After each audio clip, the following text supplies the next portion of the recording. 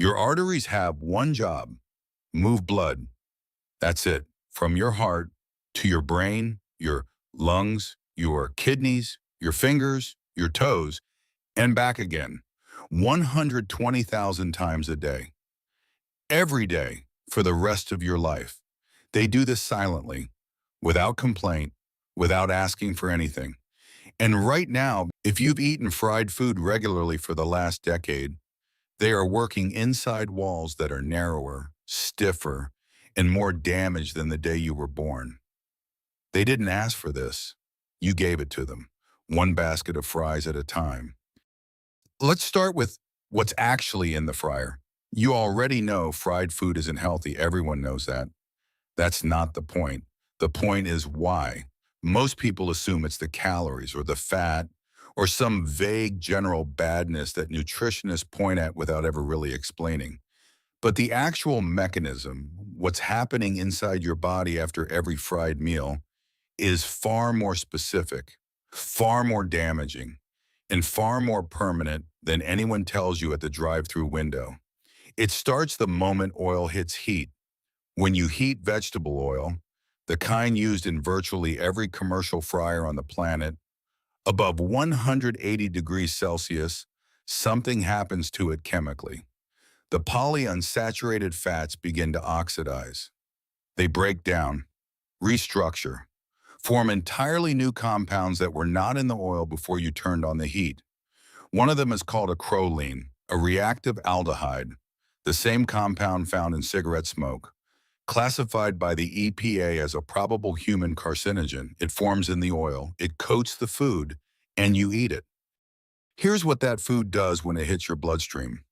The fats enter circulation as triglycerides and LDL cholesterol. It is not inherently the villain. You've been told it is. That's an oversimplification. LDL is a delivery vehicle. It carries fat and cholesterol to cells that need it. It has a purpose. The problem is what happens when it encounters the oxidized compounds from fried food. The LDL gets oxidized too, modified at the molecular level, into something your body no longer recognizes as friendly. And here's where your arteries enter the story. Your arteries are not passive tubes. They are lined with a layer of cells called the endothelium. Thin, delicate, extraordinarily important. This lining regulates blood pressure, controls clotting, decides what passes through and what doesn't. Oxidized LDL damages it. In 1997, cardiologist Robert Vogel at the University of Maryland ran an experiment that should have changed everything.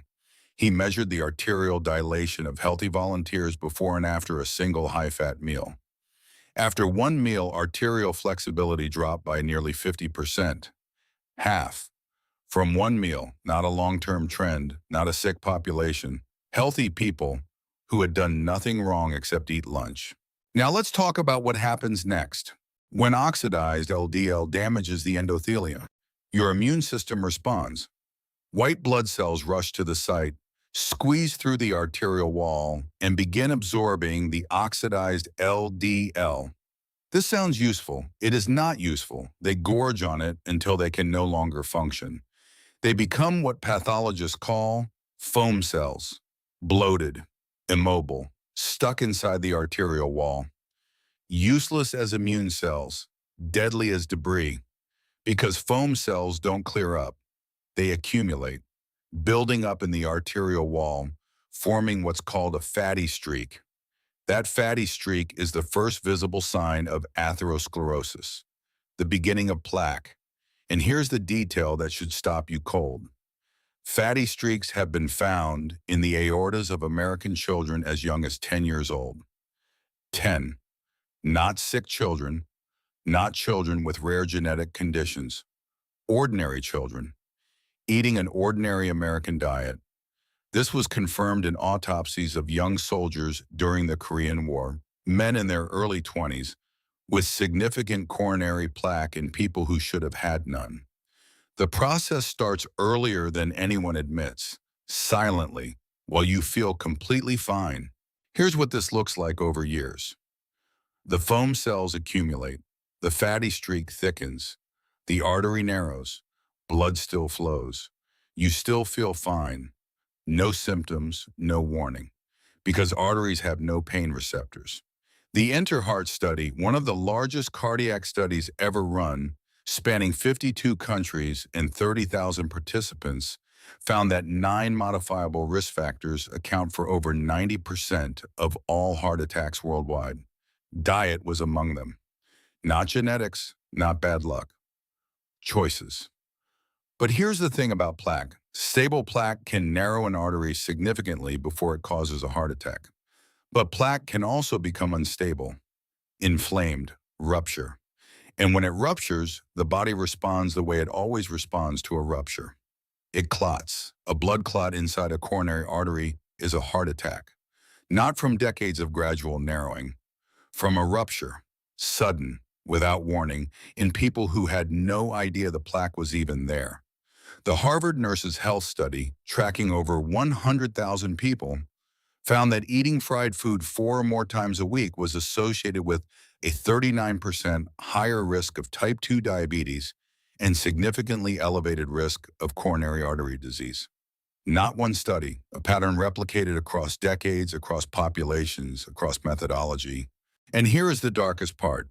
Unlike your liver, which can regenerate significantly after serious damage, arterial plaque does not reverse easily. Diet changes can slow the accumulation. Interventions can stabilize it. But the calcified deposits built up over decades do not dissolve. They stay. Every meal that damaged your endothelium left something behind, not as punishment, not as moralizing, just as chemistry. But here's what makes it survivable. The endothelium is one of the most responsive tissues in your body. It can begin healing within days of removing the insult.